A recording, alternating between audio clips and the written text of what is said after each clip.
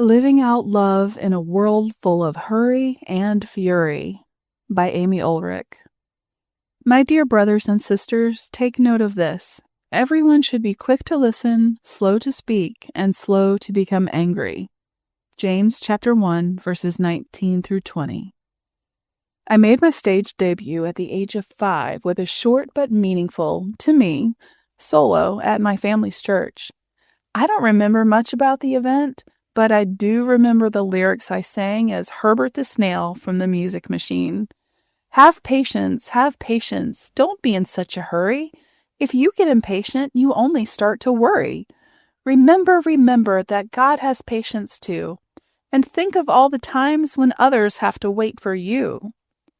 As the messenger, I remember feeling a sense of ownership over those words.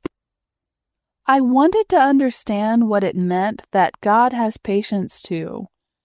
Did it mean that God didn't get mad at me when I acted impulsively, as I was prone to do? Or as I counted down the days until my next visit to my grandparents' house, did it mean that God found it easy to wait for things that felt like they would never come? I wasn't sure, but I found whispers of an answer in Galatians chapter 5, verses 22 through 23.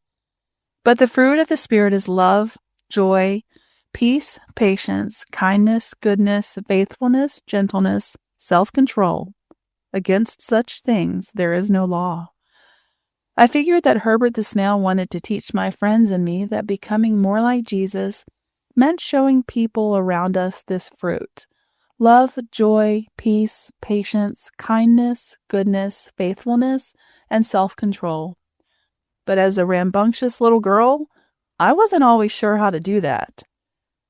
These days, I find myself thinking back to that simple song.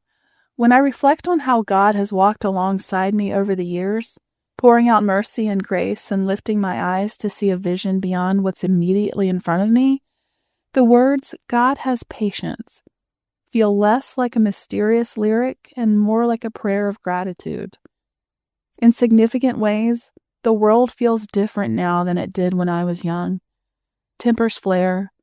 Worldviews harden into divisions. The pace of life demands immediate results.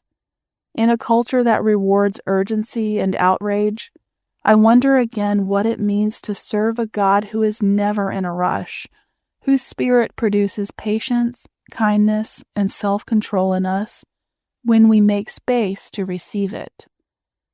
I'm still not always sure how to do that, but I am grateful for James chapter 1, verses 19 through 20, which offers a simple, steadying guide. My brothers and sisters, take note of this. Everyone should be quick to listen, slow to speak, and slow to become angry. We don't know what tomorrow holds, but we do know who holds us, yesterday, today, and forever. So for now, let's practice patience.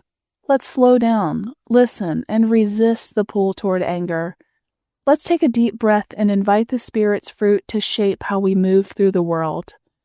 Let's choose to live out the love of Jesus in a world full of fury and fear. Question for reflection.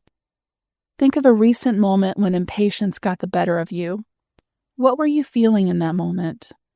How might pausing, listening, or trusting God's timing have changed your response?